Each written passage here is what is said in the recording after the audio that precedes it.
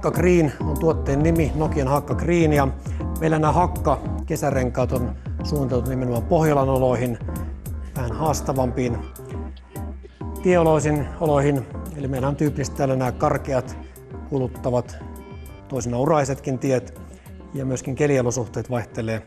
Tosiaan turvallisuus on tietysti aina lähtökohta renkaiden kehittämisessä. Kestävyys ja ympäristöystävällisyys. Kulutuspintaseos on hyvin keskeinen asia niin kesä- kuin talvirenkaissa, ja me ollaan jälleen kehitetty täysin uusi sekoitus tämän Hakka Greenin, ja tämän sekoituksen nimi on Hakka Green Silica. Ja useita erilaisia raaka-ainevaihtoehtoja tutkittiin ja päädyttiin kotimaisen mäntyöljyyn, eli me tuotiin tähän uutena tehoaineena mäntyöljysekoitukseen, ja voisi sanoa, että mäntyöljy ikään kuin voitelee niitä molekyylejä siellä kumimatriisissa, eli se vähentää renkaan sisäistä lämmönkehitystä. Toinen keskittymiskohde tässä Hakka Greenin kehitystyössä oli vesiliirto. Voisi sanoa, että vesiliirto on vähän tämmöinen tieteellisempi, perusteellisempi lähestymiskulma.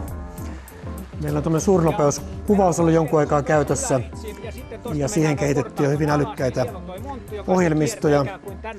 Me päästään ikään kuin pistämään päämme sinne renkaan ja tien väliin ja tutkimaan, mitä siellä tapahtuu vesiliirtotilanteessa, ja sitä kautta optimoimaan tuotetta. Tuommoinen kamera ottaa noin 2000 kuvaa sekunnissa, ja sinne käytetään tämmöistä erityisnestettä, joka tuo hyvin esiin tuon vesiliirtotilanteen. Ja yksi ratkaisu, mikä me on toteutettu, on tämmöinen avarrettu tämän uran suun muoto, joka parantaa veden poistumista. Ja sitten se on myös toinen hyvin kiinnostava vesiliirtoinnovaatio. Eli tuohon olkapäille on muotoiltu tämmöiset niin sanotut venturiurat.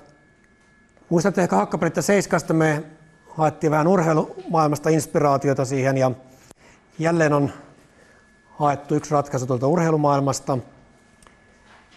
Kuten varmaan tiedätte, niin golfpalloissahan on tämmöiset pienet kolot. Pinnassa kutsutaan dimpleiksi niitä koloja. Ja ne ei ole suinkaan sattumalta siinä. Tämmöinen kolottu pallo lentää äänettömän tehokkaasti paljon pidemmälle kuin tuommoinen sileä pallo. No, tässä vaiheessa tietysti vähän rupeaa ihmettämään, että mitä tähän renkaaseen liittyy, tämä golfpallo-ura, mutta me on otettu tästä meidän pääuriin tämmöinen ratkaisu, mikä parantaa itse asiassa useampaa eri asiaa. Eli tämä pitkittää suurissa rikkoo tätä laminaarivirtausta ja tekee siitä hiljaisemman tuosta rengasäänestä. Toinen etu tästä ratkaisusta on, että se lisää tuon uran jäähdytyspintaa, eli rengas käy vähän viileämpänä, mikä parantaa edelleen vierintävastusta. Ja tosiaan sitten voisi olla sellainen hyvin marginaalinen, mutta pieni hyöty myös, että tämän renkaan ilmanvastus myös paranee. Renkaan osuus auton vierintävastuksesta on noin 4,5%. Ja niilläkin on oma merkityksensä tähän ajovastuksiin. Jos me verrataan kuitenkin Hakka Greenia tämmöiseen tavanomaiseen renkaaseen, jota edelleen on suurin osa markkinoilla, niin me voidaan puhua jopa 5-8% polttoaineen kulutussäästöstä. Yksittäisen autoilijan kannalta keskivertoautoilija ja 16 500 kilometriä tällä hetkellä, ja siitä noin 10 tonni on kesärenkaalla ajoa, eli 60%. Se tarkoittaa noin 41 litran polttoaineen kulutussäästöä per kesä. Ja sitten hiilidioksidipäästössä on yllättävän suuri, on 106 kiloa. Eli on aika rotevan miehen verran vähemmän tulee hiilidioksidia yhden kesän aikana.